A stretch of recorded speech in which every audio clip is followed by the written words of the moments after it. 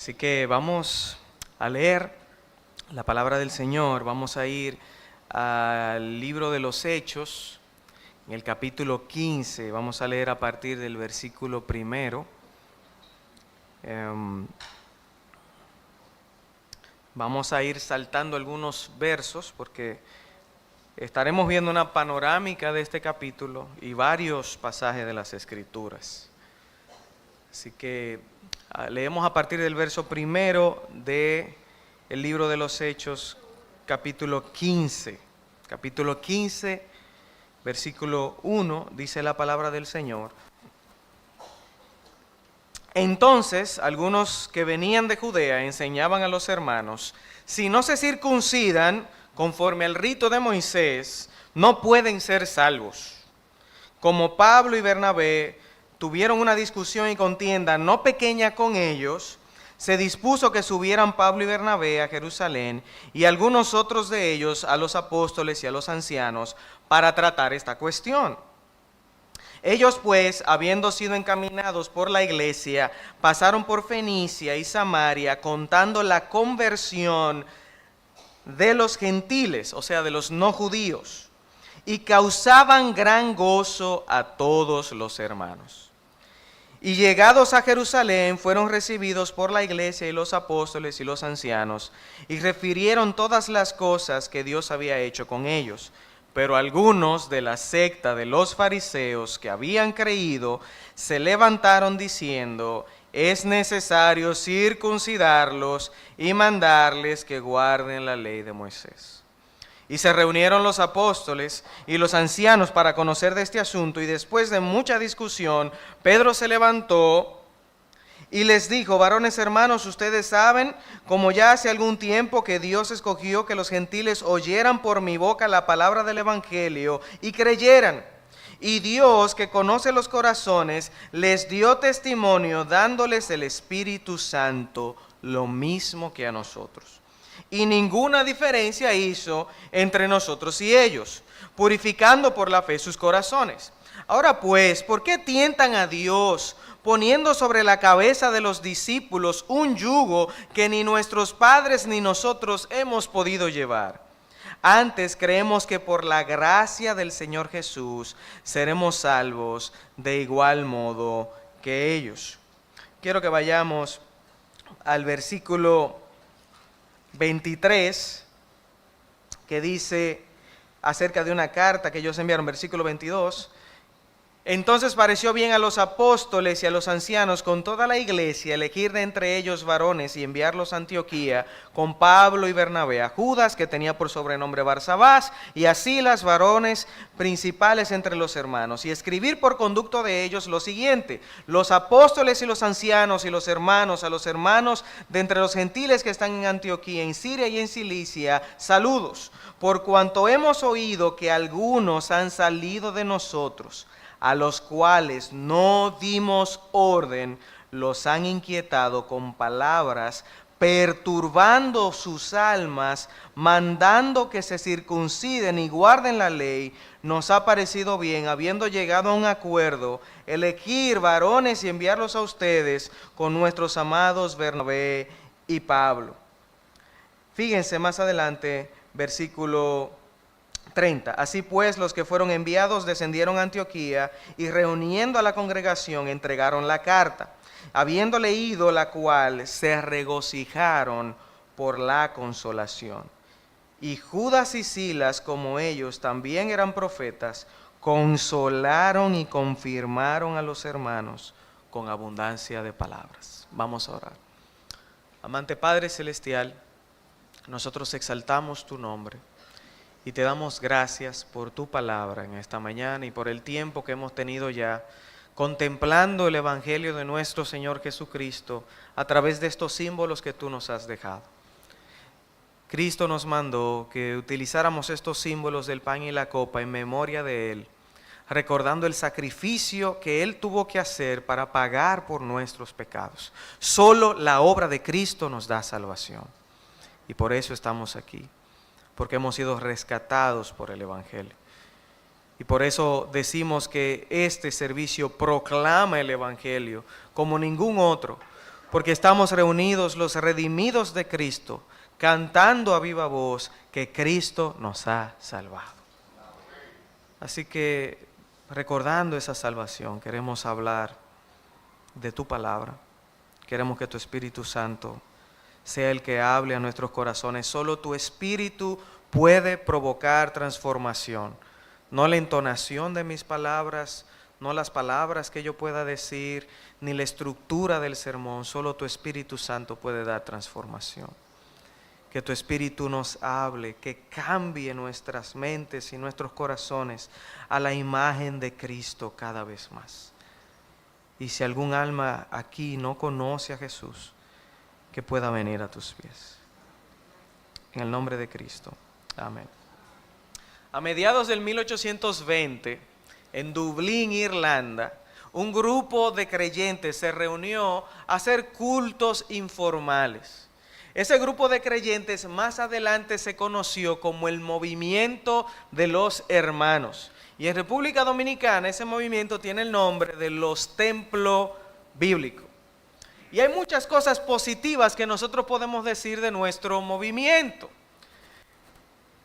Un apego a la verdad de la palabra de Dios, la pluralidad de ancianos, la celebración constante cada primer día de la semana de la Santa Cena o el culto de comunión, la apertura hacia la relación con otros creyentes, la vuelta a la sencillez de la iglesia primitiva, la sistematización de la doctrina del dispensacionalismo, entre muchas otras cosas. Pero la belleza del movimiento de los hermanos no pasa desapercibida a ciertas manchas en nuestra historia, entre las cuales nosotros pudiéramos mencionar que 28 años después, en el 1948, hubo una división en medio de nuestro movimiento, una liderada por John Nelson Darby. Un grupo de hermanos que fueron conocidos como los hermanos exclusivistas y otros hermanos liderados por George Mueller y otros más, conocidos como los hermanos libres. John Nelson Darby, con una visión más rigurosa y estricta del servicio al Señor, y los demás hermanos, los hermanos libres, con una visión más flexible, más balanceada de la doctrina. Historias como la del hermano Edward Cronin, quien fue invitado por los hermanos metodistas a celebrar el culto de comunión con ellos, y a Darby esto no le pareció bien, de tal manera que Cronin fue puesto en disciplina hasta el día de su muerte. Él acuñó esta frase, él dijo: los hermanos se cuidan con quién parten el pan, pero no miran a quién le parten el corazón. El año pasado mi esposa y yo tuvimos el privilegio de ir al IBCM, y conocimos muchos hermanos de nuestras iglesias en otros países. Y escuchamos historias que parten el corazón. Hermanos de Honduras que celebran campamentos evangelísticos, pero para que un joven vaya a ese campamento evangelístico, tiene que ser creyente, bautizado y en plena comunión. Hermanos que fueron a escondidas a esta conferencia porque sus pastores, si se enteraban que iban a ir, no los iban a dejar ir. Historias de ancianos que se paran al frente de la iglesia esperando que llegue una fémina para medir el largo de su falda y si ésta es creyente o no, no dejarle entrar. Hermanos de Colombia que por primera vez en toda la historia de nuestras iglesias en su país hicieron una reunión en conjunto porque no se juntaban por diferencias secundarias. Mis hermanos, por la gracia de Dios en la República Dominicana, nuestro movimiento ha gozado de mucho alivio y madurez en muchos aspectos. Pero no podemos negar que lo que vemos en el movimiento de los hermanos es a la vez bello y lamentable. Un deseo sincero de ser fieles a las Escrituras, pero a la vez una tendencia que se repite una y otra vez desde los años de nuestros inicios. ¿Y cuál es esa tendencia? La inclinación marcada hacia el exclusivismo y el legalismo. Y esta es una levadura que impide el crecimiento y el desarrollo no solo del movimiento de los hermanos, sino de todas las iglesias de Dios. Es un peligro que no habita solo en nuestro movimiento, sino que habita en nuestros corazones. Alguien dijo en una ocasión que somos legalistas en recuperación. Mi hermano, mi hermana, la iglesia sin levadura, la iglesia que avanza, lo hace con la verdad pura del evangelio, sin añadiduras superficiales, y eso también nos compete a nosotros. La iglesia que avanza, la iglesia que no tiene levadura, lo hace con la verdad pura del evangelio, sin añadiduras superficiales. Y antes de seguir, hermano, la intención de este sermón es el amor nacido del corazón. No es un aire ni un deseo de criticar. Yo le sugiero, mi hermano, que procure escuchar lo que se dice y no asumir lo que no se dice. Escuchar lo que se dice y no asumir lo que no se dice, porque probablemente usted y yo estemos más de acuerdo de lo que usted piensa. Para fines de entender lo que vamos a hablar, es necesario definir dos palabritas que yo voy a estar repitiendo: fariseísmo y legalismo. Hablando bíblicamente, el fariseísmo está relacionado con el legalismo, y es la idea que de algún modo nosotros podemos alcanzar el favor de Dios por nuestras propias obras. El legalismo específicamente habla de que cumpliendo cierto tipo de reglas, y solamente ese tipo de reglas, podemos ganar la salvación. Ambas maneras de pensar están erradas, porque la salvación solo la recibimos por la gracia de nuestro Señor Jesucristo. Así que cada vez que usted escuche estas palabras van a ser sinónimas, van a ser intercambiables, pero eso es lo que queremos decir. Esa idea de porque yo estoy cumpliendo cierto tipo de reglas, entonces yo me estoy ganando el favor de Dios. Eso es errado. Cuando usted y yo nos acercamos al pasaje que acabamos de leer, eso es lo que estamos viendo. Hay un grupo de personas que se ha acercado a los hermanos conversos de Antioquía y les está diciendo que como ellos no son judíos, ellos tienen que hacerse judíos para recibir la salvación. Ellos les están diciendo: Cristo no es suficiente, tú tienes que circuncidarte, tú tienes que guardar los ritos de la ley de Moisés y entonces serás salvo. Fíjese que el versículo 5 dice que habían algunos de la secta de los fariseos que habían creído. Algunos de la secta de los fariseos habían creído. Esa costumbre farisaica estaba aún en ellos. En Hechos 10, Pedro le había predicado a los gentiles en casa de Cornelio. Los gentiles eran los que no eran judíos. Y estas personas se convirtieron y recibieron el Espíritu Santo. En Hechos 11 surge la primera iglesia gentil en Antioquía, y es a esta iglesia y en este contexto donde se desarrolla esta controversia. Tan grande fue la controversia, mis hermanos, que se tuvo que celebrar el primer concilio de la historia de la iglesia. Un concilio para lidiar con un problema doctrinal, capital e importante. Mis hermanos, no necesitamos agregar nada más para ser salvos. La fe en Cristo es suficiente.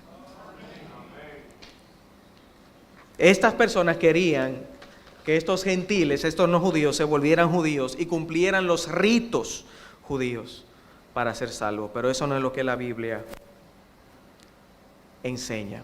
Y lo que vemos en este escenario no es un hecho aislado. Con este concilio no se acabó el problema. En las Escrituras y en la historia de la iglesia, este síndrome se repite una y otra vez, tratando de detener el avance de la iglesia. Este escenario nos permite ver que por lo menos en 9 cartas del Nuevo Testamento, los apóstoles tienen que lidiar con el problema de los judaizantes en medio de la iglesia. Y si usted quiere contar la carta que está en este capítulo, entonces son 9. Si usted lee Colosenses, Gálatas, Hebreos, 1 Timoteo, Romanos, Filipenses, Tito, 2 Corintios y el capítulo 15 de Hechos, cada carta de una u otra manera tiene que lidiar con personas judaizantes en medio del pueblo de Dios, queriéndolos llevar atrás. Mis hermanos, esto no es un relajo. El legalismo es un peligro tajante para la iglesia del pasado, para la iglesia del presente y, si Cristo no ha venido, para la iglesia del futuro.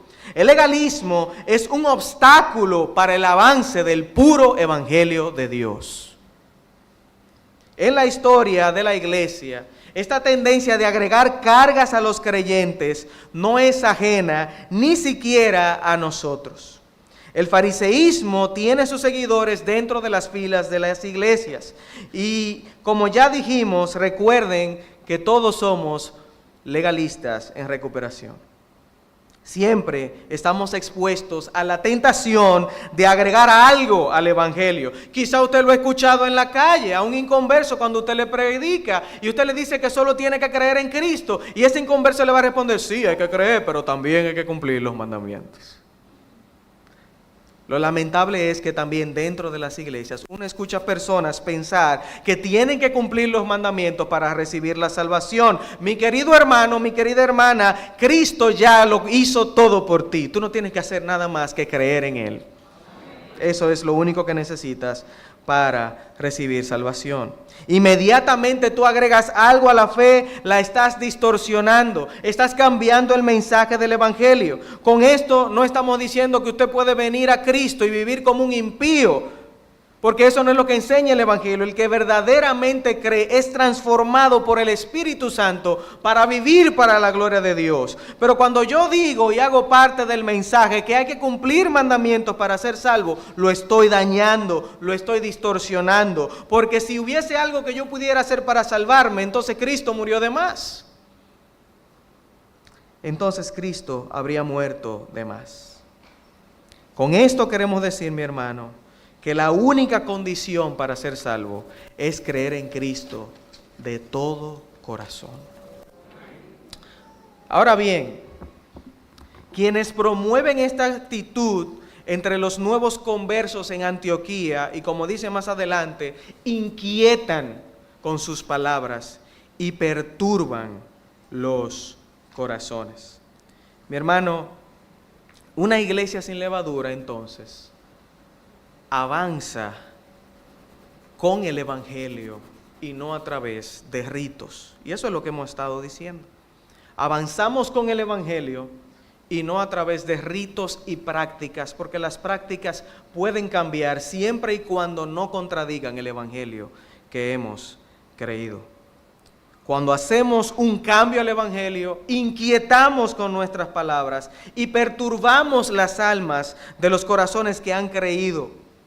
Ahora, ¿quiénes eran estos fariseos? ¿Quiénes eran estas personas que no habían dejado esta mala costumbre de agregar y agregar y agregar a la palabra de Dios? La orden de los fariseos era muy popular en los tiempos de Jesús. Eran los doctores de la ley, eran los maestros, los escribas, muchos de ellos rabinos, y ellos promovían un estilo de vida de rectitud y de rigurosidad y de observancia a la ley de Moisés y a la tradición. A la ley de Moisés y a la tradición. Fíjese que el fariseo ayunaba 2 veces por semana, cuando la ley solamente demandaba un ayuno al año. El fariseo diezmaba de todo lo que ganaba, cuando el diezmo estaba limitado a ciertas partes de tu ganancia. Vestía de una manera tan exagerada que tenía versículos en la frente, versículos en los brazos, y ni el sumo sacerdote se vestía de tal manera. Se lavaban constantemente las manos y lavaban las vasijas de todo lo que comían, no por higiene, sino porque ellos pensaban que iban a dañar su corazón, que iban a pecar si no se lavaban las manos y si no fregaban los platos. Era tal la exageración de los fariseos, mis hermanos, que si a ellos les llegaba una idea de construir una casa o empezar un negocio en día sábado, que era el día de reposo, ellos no iniciaban el negocio porque ellos pensaban que iban a pecar, porque esa idea les llegó en día de reposo. ¿Usted está viendo el nivel de exageración?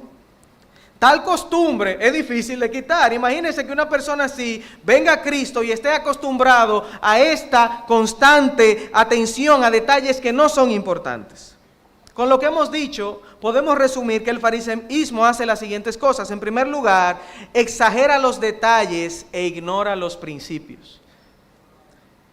Si nosotros vamos a Marcos 7, del 1 al 9, vemos que ellos se le acercan a Jesús y le dicen: ¿por qué tus discípulos comen con las manos sin lavar? Y Jesús les responde y les dice: ustedes han elevado las tradiciones por encima de los mandamientos de Dios. Ellos exageran los detalles Si pueden bajar un poquito este micrófono, se lo voy a agradecer. Exageran los detalles e ignoran los principios de la palabra de Dios. Era tal que le decían a la gente que era más importante ofrendar que cuidar de sus padres. Y Jesús los reprende por esto. En segundo lugar, los fariseos aplaudían las apariencias, pero no se preocupaban por el corazón. Cuando nosotros vamos a Mateo capítulo 6, vemos que el Señor enseña 3 cosas a sus discípulos que ellos deben de procurar hacer en secreto. Y Él siempre los compara con los hipócritas. Jesús le dice, cuando ayunen, no hagas como los hipócritas, que les gusta demudar sus rostros para que lo vean. ¿Quiénes eran estos hipócritas? Los fariseos. Cuando ores, no ores largas oraciones como los hipócritas que les gusta ser visto de los hombres. ¿Quiénes oraban para ser visto de los hombres? Los fariseos. Cuando des limosna, no lo hagas para ser visto de los hombres. ¿Quiénes lo hacían para ser visto de los hombres? Los fariseos. Es tal que la parábola del fariseo y el publicano nos muestra un fariseo que está orando, puesto en pie, y su oración dice, Señor, gracias porque yo no soy como los otros hombres. Él da gracias por lo que él no es. Y empieza a hacer una oración de autoalabanza de lo que él hace y de lo que él no era. En tercer lugar, el fariseo exige y no practica. En Mateo 23, 4 al 12, el Señor dice lo siguiente de los fariseos: atan cargas pesadas y difíciles de llevar y la ponen sobre los hombros de los hombres, pero ellos ni con un dedo quieren moverlas. Exigen, pero no hacen.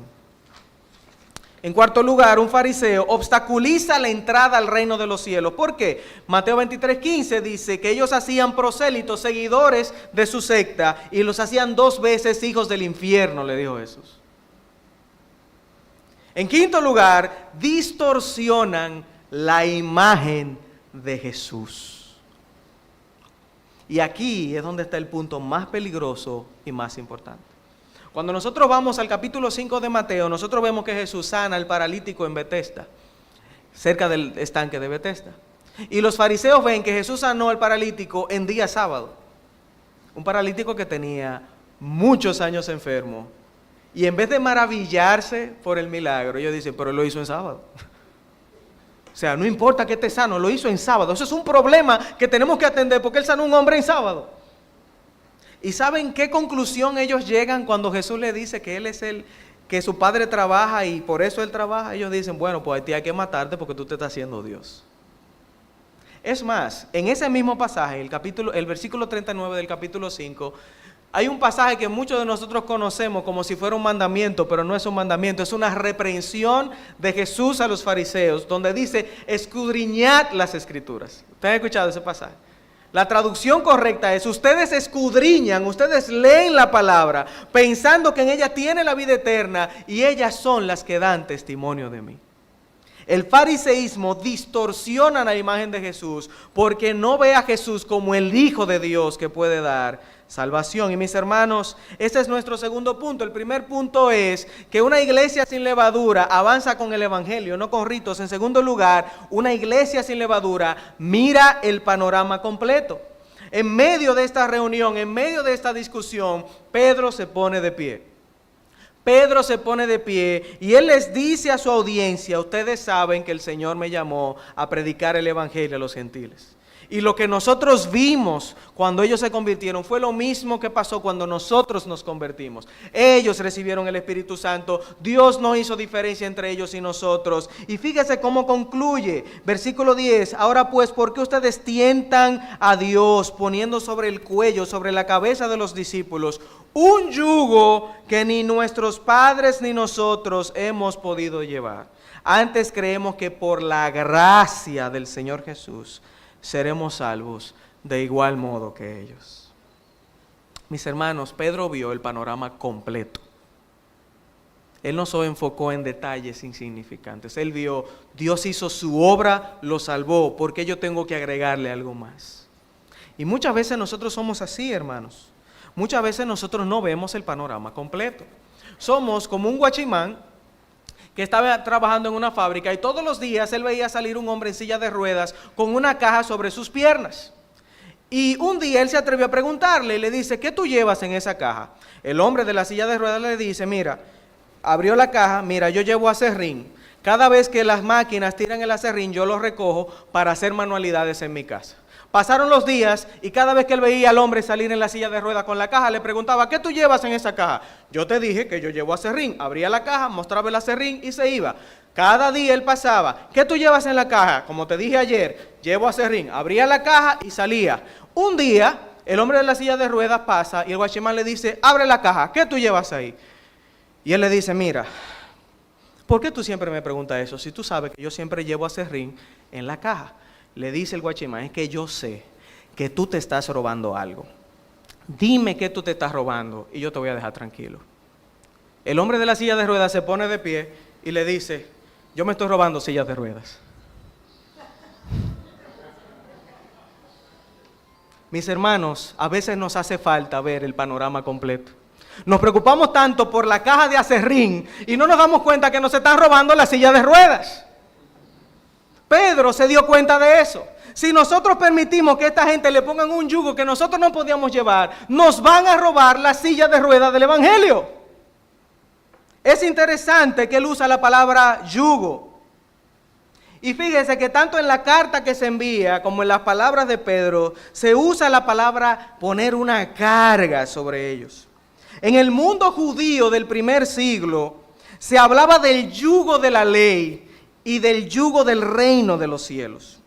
El yugo de los mandamientos y el yugo de los reinos de los cielos. Los judíos entendían que para poder llevar el yugo de los mandamientos, primero era necesario llevar el yugo del reino de los cielos. Por eso nuestro Señor nos dice en Mateo 11, versículos 28 al 30, que vengan a Él y descansen, porque Él es manso y humilde de corazón, que llevemos su yugo sobre nosotros, porque su yugo es fácil y ligera su carga. Mis hermanos, Cristo llevó las cargas por nosotros. Ahora el yugo es ligero, ahora el yugo es el evangelio de nuestro Señor. No hay que atormentarse con cargas innecesarias. Nuestro Señor nos dice que su yugo es fácil. Su yugo es el yugo del reino de los cielos.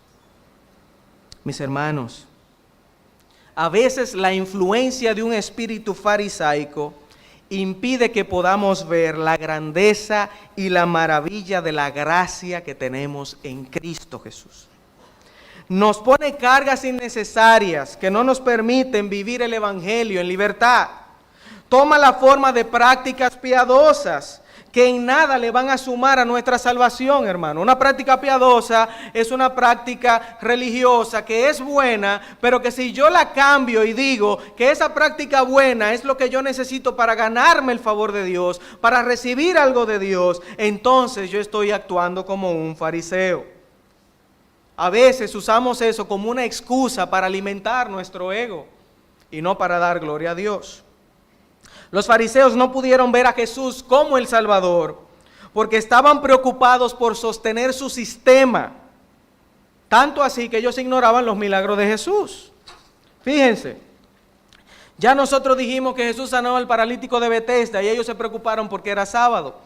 Pero Jesús perdonó a un paralítico y ellos murmuraron y dijeron, pero ¿quién puede perdonar pecados sino Dios? Y Jesús le dice, ok, si ustedes no creen que yo lo perdoné, déjame sanarlo para que ustedes vean que yo también puedo perdonar pecados. Jesús sana al paralítico y ellos ni siquiera se maravillaron por eso. Jesús sanó a un ciego de nacimiento, a una mujer encorvada, hizo todos estos milagros y ellos solo se enfocaron en el día y no en la obra de Dios en la vida de estas personas. Para colmo, los fariseos se atrevieron a pedirle a Jesús una señal del cielo que demostrara que Él era el Mesías, pero Él había hecho tantos milagros y ellos querían una señal más. Las señales estaban ahí. Jesús resucitó a Lázaro y en vez de maravillarse por la resurrección de un muerto de 4 días, ellos querían matar a Jesús y a Lázaro. Entonces, la intervención de Pedro en medio de este concilio, mis hermanos, está llena de esa misma gracia de nuestro Señor. Cuando usted y yo hablamos de una persona, o de que una persona tiene que vestir de cierta manera, o tiene que ir a X cantidad de cultos, o tiene que conducirse de cierta forma porque es un creyente ahora, es muy prudente que seamos cuidadosos de no pensar que porque una persona hace o no hace estas cosas, es más acepto o más cristiano o más salvo. Las prácticas piadosas no son un requisito para la salvación. En el mejor de los casos, son la evidencia de que una persona ha sido salvada, ha sido transformada. Las buenas obras son una evidencia, pero no un requisito. Pero esto es una obra que el Espíritu Santo realiza en el interior de la persona. No una cantidad de cultos, ni el tiempo que duras en oración. Si tú te levantas a las 3 de la mañana o a las 6 de la mañana, tampoco es la cantidad de libros de la Biblia que tú hayas leído, ni la iglesia a la que tú asistes. Todo en su justa medida es bueno para crecer, pero no es un sustituto de nuestro Salvador Jesucristo. Jesús es lo único que tú necesitas para ser salvo. Jesús es suficiente. Su obra está completa. Y la tentación de agregar algo a la salvación para yo sentirme cómodo con mi salvación es una perversión de la gracia, del regalo de Dios para nosotros. Mi hermano, si tú tienes que hacer tu devocional en la mañana para tú sentirte bien contigo mismo y menos pecador, no has entendido. Es la gracia de Cristo lo que te hace acepto delante de Dios. Orar y hacer tu devocional lo que te ayuda es a crecer. Lo que te ayuda es a conocer más a Dios, pero Dios mismo es el que hace su obra en nosotros. Dios ya nos ha aceptado, no por lo que nosotros hacemos, sino por Cristo. En Cristo tú y yo somos aceptos en el amado. Él es nuestro representante en el cielo. Y entender esta verdad, que no soy yo, sino Cristo, como cantamos muchas veces, es lo que nos motiva a acercarnos confiadamente ante el trono de la gracia. Porque nuestro Padre, que es un papá, el mejor papá del universo, nos va a aceptar porque en Cristo somos sus hijos. Usted no rechaza a su hijo cuando comete un error. Usted no rechaza a su hijo cuando se cae, usted lo levanta, usted le cura las heridas, usted lo abraza, usted lo besa, usted lo perdona porque es su hijo, sangre de su sangre. Ahora nosotros somos hijos de Dios por la sangre de Cristo. Y Él nos acepta y Él nos ama. A veces lo peor que nos puede pasar es confiar en nuestras propias prácticas como un medio para nuestra salvación y como un medio para yo sentirme orgulloso. Pensar que yo oro 1 hora, 2 horas en la madrugada y entonces yo soy el mejor cristiano de la bolita del mundo. Porque yo leo la Biblia y me gusta orar de una forma, los otros están en un nivel inferior. Son perezosos porque no vienen. Son menos espirituales porque no hacen esto. Eso es un terreno peligroso. Es un terreno casi farisaico. Mi hermano, otra vez, no estamos condenando la práctica de orar ni de leer la Biblia. Estamos condenando el pensamiento errado de que por eso yo soy un cristiano de mayor categoría o que me voy a ganar el favor de Dios con eso. Hay personas que piensan que porque ellos ayunan y ayunan y ayunan, van a forzar a torcer el brazo de Dios. Mi hermano, el ayuno no es para torcer el brazo de Dios, es para darte la perspectiva del reino de los cielos. Eso es lo que busca el ayuno. Afligir el corazón para darnos perspectiva del reino de los cielos. Lo que se condena es poner condiciones en los hombros de los creyentes y puncharlos hasta el punto de herirlos y hacerlos sentir menos y juzgarlos porque no están practicando algo que quizás el Espíritu Santo no ha llegado a ese nivel con ellos. Cuando viene a ver, hay personas que no son creyentes en la iglesia y lo estamos punchando para que vivan una vida que no es la vida para la que ellos han nacido porque aún no son creyentes. Entonces hay otro peligro. Usted puede tener una persona que cree ser salvo, que viene a todo lo culto, que lee la Biblia, que hace todo y lo hace bien. Y si esa es la medida de la fe, entonces se salvó por obras. Mi hermano, mi amigo y mi amigo que te crees hermano, venir a la iglesia no te salva, levantarte a las 3 de la mañana no te salva, orar 4 o 5 horas no te salva, Cristo te salva. Cree en Cristo. Mira a Cristo. La obra de Cristo es lo único que te da salvación. Con esto no estamos diciendo que no venga a la iglesia, ven a la iglesia. Que no tiene que orar una hora, si tú puedes orar una hora, ora. Porque el que sale beneficiado eres tú. Pero no uses eso como un medio para pensar que eres mejor o para pensar que estás ganando el favor de Dios, porque esa no es su función. Esto no es lo que vemos en el escenario de la iglesia del primer siglo, hermano. ¿Qué es lo que vemos? Vemos un concilio de apóstoles, ancianos y hermanos, preocupándose por no poner cargas en los hombros de hermanos que ellos ni siquiera habían visto. En un tiempo donde no había internet, redes sociales, cámaras, estas personas estaban confiando en que el Espíritu Santo estaba haciendo una obra en otro lado del mundo y no estaban desesperados. Ellos se tomaron su tiempo para analizar la situación. Pudiendo llegar un falso maestro y hacer estragos en esa iglesia del otro lado del mundo, ellos se tomaron su tiempo y confiaron que el Espíritu Santo guardaría a los hijos de Dios que Él había salvado en ese otro lugar. Y a veces nosotros caemos en la tentación de querer controlar todo, poniendo reglas, agregando reglas, y no confiamos que Dios está haciendo su obra con nosotros o a pesar de nosotros. La tentación de enfocarnos en una palabrita y durar horas discutiendo por el uso de tal o cual palabra. Una tendencia a hilar fino y no ver el panorama completo. Lo que nos puede hacer es más daño. Puede ser nuestro enfoque el problema y no la circunstancia. El enfocarnos en la caja de aserrín y no en la silla de ruedas. Si partimos del Evangelio, si nos ponemos los lentes de Jesús, vamos a ver que la levadura de los fariseos puede infectarnos. Si usted va a Mateo 16, versículos 5 al 12, usted se va a encontrar una escena. Antes de esa escena, Jesús está en la barca, y antes de esa escena, los fariseos se acercan a Jesús, piden señal, y Jesús le dice que no le va a dar señal, y se va. Se monta en la barca, y le dice a sus discípulos en la barca, cuídense de la levadura de los fariseos.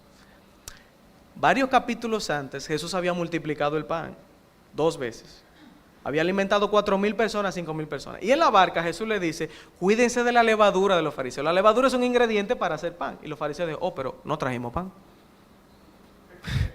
Y Andrés le dice, Pedro, ¿trajiste el pan? No, no trajimos pan. Felipe, ¿compraste el pan? No, no trajimos pan. Y ahora él está diciendo eso fue porque no trajimos pan. Él está pensando que nosotros trajimos levadura que los fariseos nos vendieron y que nos cuidemos de eso. Y Jesús los reprende y les dice, pero ustedes no entienden que yo multipliqué el pan hace varios días. Alimenté a 4,000, alimenté a 5,000 y ustedes piensan que yo le estoy diciendo esto porque ustedes no trajeron pan. Es que todavía ustedes no entienden. Mis hermanos, a veces nosotros estamos ahí. Dios está haciendo una gran obra en medio de nosotros. Ha multiplicado el pan, ha alimentado 5,000 y 4,000 y nosotros no nos damos cuenta. Nos concentramos en detalles superfluos, detalles insignificantes. ¿Cuántos hermanos fueron al culto? ¿Cuántas damas asistieron? ¿El pan se parte antes de servirlo o se sirve partido? ¿Se come un pedazo pequeño o un pedazo grande? ¿Se toma vino o se toma jugo de uva? ¿Música o no en el culto de comunión? Tal o cual himno, y no nos damos cuenta cómo Dios se está glorificando en el momento que nosotros nos estamos preguntando si trajimos pan o no. Porque estamos enfocados en lo que Dios no quiere que estemos enfocados. Jesús está en nuestra barca, nos está advirtiendo justamente en contra de esa actitud que mira donde no tiene que ver, de enfocarnos en detalles sin importancia en el momento y perder de vista lo que Él está haciendo ahora, mientras nosotros pensamos si no trajimos pan. ¿Queremos decir que esas conversaciones no son importantes? No. Lo que queremos decir es que hay cosas más importantes que atender en la lista de prioridades de Dios.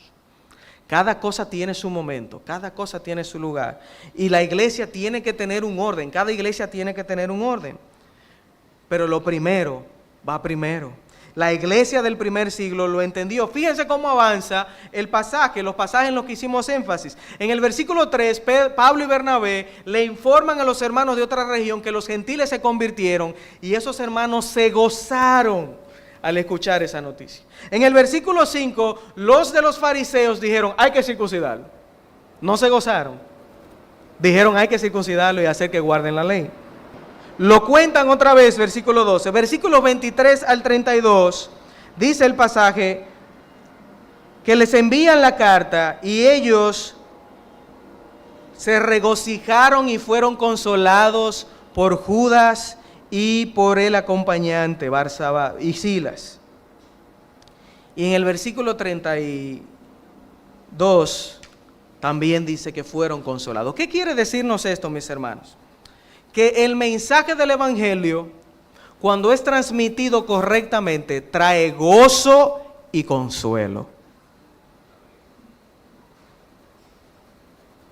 Yo quiero que usted lo analice nuevamente. Cada vez que Pablo y Bernabé llegaban y daban la noticia, los hermanos se gozaban. Y en la última vez que llegaron, se regocijaron y fueron consolados. El mensaje del Evangelio bien transmitido trae gozo y consuelo. No inquieta, no perturba, trae gozo y consuelo. Alienta a los hermanos. No pone cargas como si fuera el medio para salvarnos. La razón, mis hermanos, es nuestro tercer punto. Que una iglesia sin levadura se enfoca en las personas y no en los programas. Y ya lo vimos, una iglesia sin levadura avanza con el Evangelio, mira el panorama completo y se enfoca en las personas y no en los programas. Fíjese cómo estos hermanos fueron confortados. Dice el pasaje en el versículo 32 que ellos fortalecieron, ellos confirmaron a los hermanos. La palabra ahí confirmar es que los fortalecieron, los confortaron, le dieron fuerza a su fe.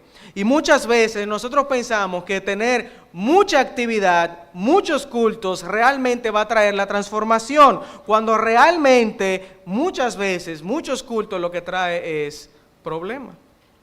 Imagínense la siguiente escena, uno de los muchachos que es músico aquí en la iglesia. Imagínense que él viene a ensayar lunes a la iglesia. Martes, reunión de caballeros. Miércoles, reunión de estudio bíblico. Jueves, un culto fuera y le toca predicar, pero también le toca predicar el domingo. Viernes, tenemos otro culto en la iglesia u otro culto fuera. Sábado, hay culto de jóvenes. Y domingo, culto de comunión en la mañana y otro culto en la tarde. ¿Cuándo él tiene tiempo para estar con su familia?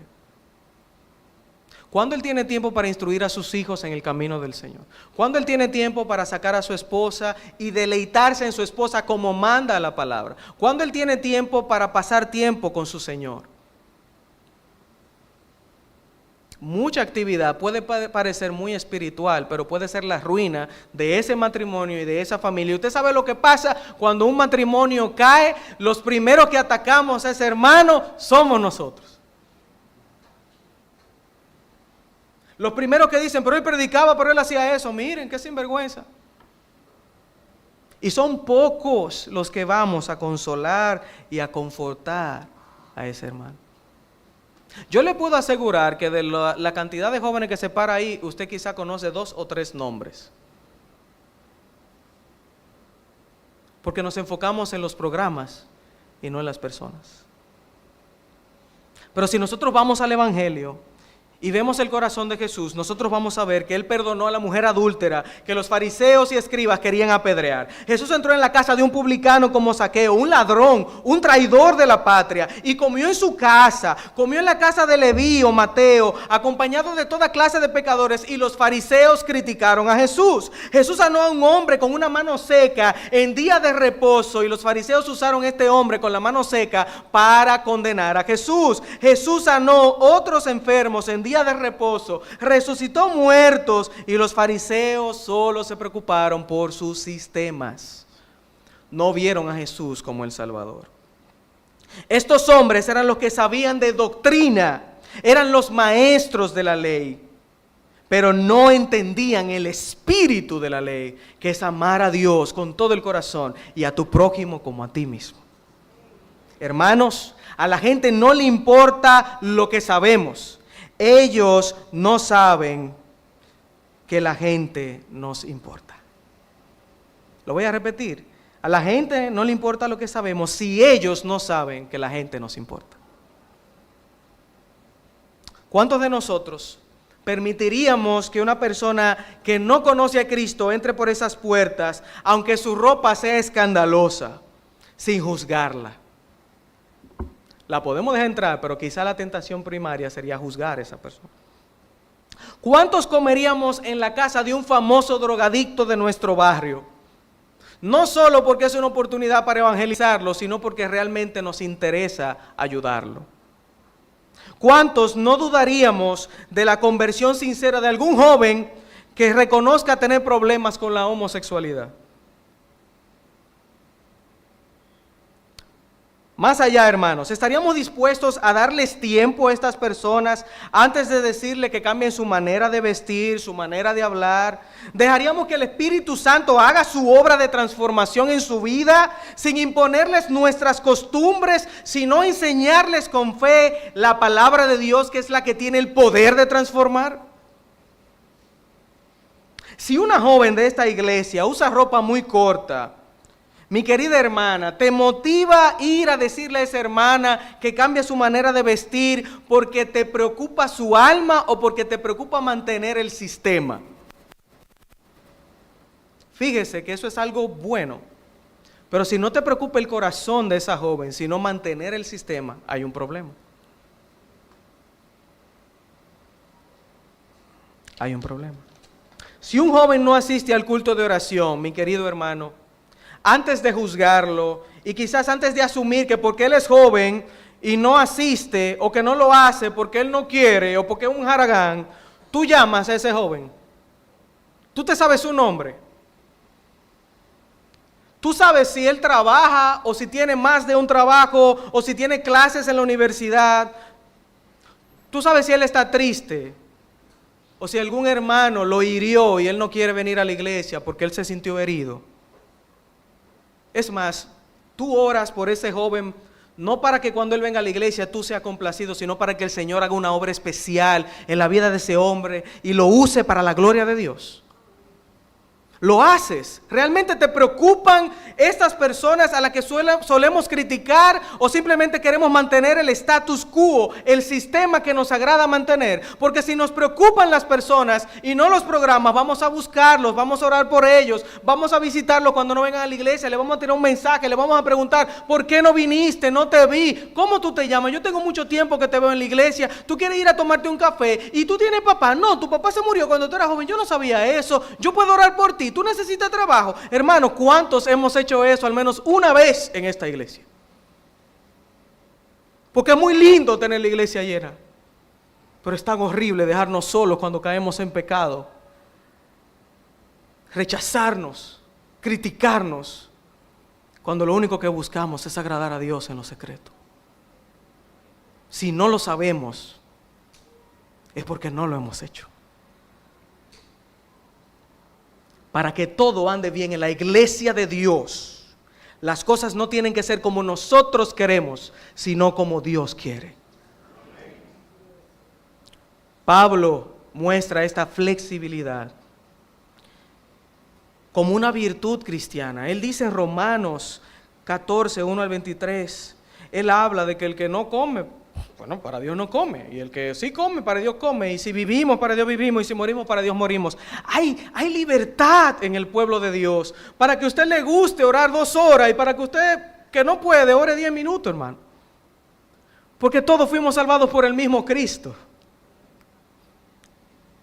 Y si todos somos salvos, el que oró 10 horas, el que vino a todo lo culto, y el que vino solamente a 3, cuando el Cristo venga, cuando muramos, todos vamos a estar en el cielo, hermano. En un culto por toda la eternidad. Dios no lo va a rechazar. Porque fíjese, ninguno de nosotros buscábamos a Dios antes de ser salvos. Él fue detrás de nosotros para rescatarnos. Él nos fue a buscar cuando nosotros no lo buscábamos.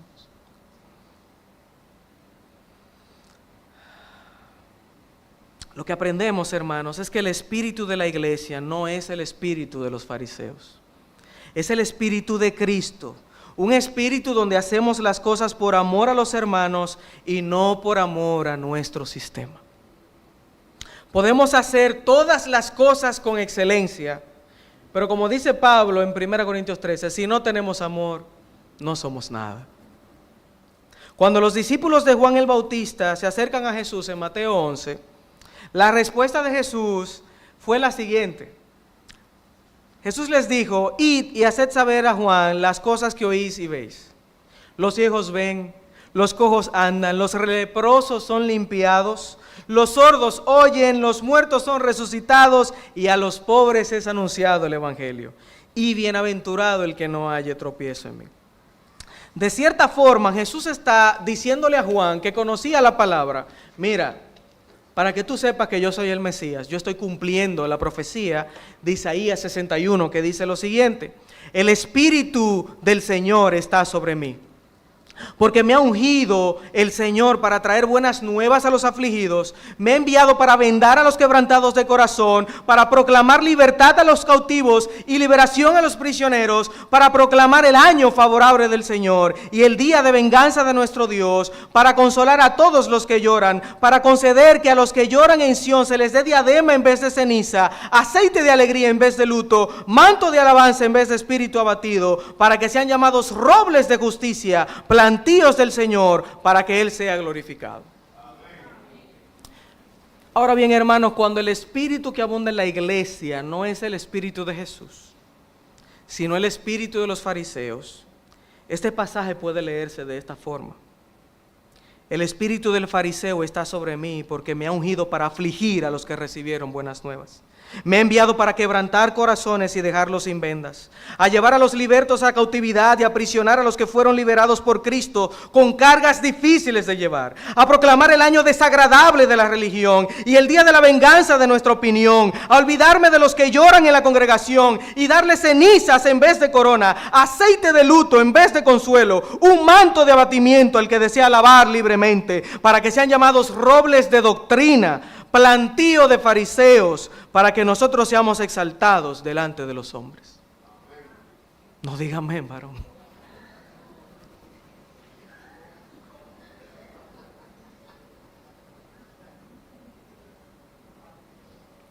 El Espíritu del Señor se preocupa por la gente. Los fariseos se preocupan por los sistemas. El Señor obedece la palabra y ofrece un yugo fácil y ligero. Los fariseos elevan tradiciones y ponen cargas pesadas. El Señor es glorificado como el Mesías. Los fariseos mataron al Mesías. ¿De cuál espíritu eres tú? ¿De cuál espíritu soy yo? Si queremos una iglesia sin levadura, miremos el corazón de nuestro Señor y sigamos su ejemplo, mis hermanos. Busquemos consolar y alentar a los hermanos. No les impongamos cargas, sino animémoslos a vivir el Evangelio con el poder del Espíritu de Dios que nos ha hecho libres. Antes de juzgar a los hermanos, preocupémonos por ellos, no por preservar nuestro sistema. Dios hace su obra con o sin nosotros, mis hermanos, pero Él siempre, siempre la hace en nosotros. Señor y Padre, tú eres nuestro Salvador. Y nosotros somos pecadores que hemos sido redimidos y que aún hay remanente de pecado en nosotros. Luchamos contra nuestra carne cada día y a veces, disfrazado de piedad, ignoramos, oh Señor, que nuestro orgullo, nuestro deseo de mantener sistemas nos lleva a desvirtuar el Evangelio. Permítenos, oh Señor, tomar lo que nos toca de lo que tú nos has dicho en esta mañana. Si en algo yo como predicador he fallado, permite que los hermanos puedan perdonar mi afrenta y orar por mí. Pero ayúdanos, oh Señor, a cada día a imitar el corazón de Cristo. Preocuparnos por nuestros hermanos. Preocuparnos por aquellos que no han creído en Cristo como su Salvador. Buscarlos, orar por ellos, restaurarlos, vendar sus heridas, consolarlos. Mostrarles que el Evangelio de Cristo es el Evangelio de la gracia salvadora. Si hay alguien aquí que no conoce a Cristo, oh Señor, te rogamos que tu Evangelio lo alcance. Cristo murió por ellos también. Cristo llevó todo su pecado en la cruz. Cristo cargó todas sus penas en la cruz. Cristo murió allí. Cristo fue sepultado, pero Él resucitó glorioso el tercer día. para darnos una vida de libertad para obedecerte, de libertad para glorificarte. Una vida que se vive por la fe, una vida que espera la gloriosa venida de Cristo. Que esta sea una iglesia fuerte, que esta sea una iglesia de amor, que esta sea una iglesia que te dé la gloria, porque nos amamos los unos a los otros. Exáltate, oh Señor, en el nombre de Cristo. Amén. Que el Señor nos bendiga, hermanos.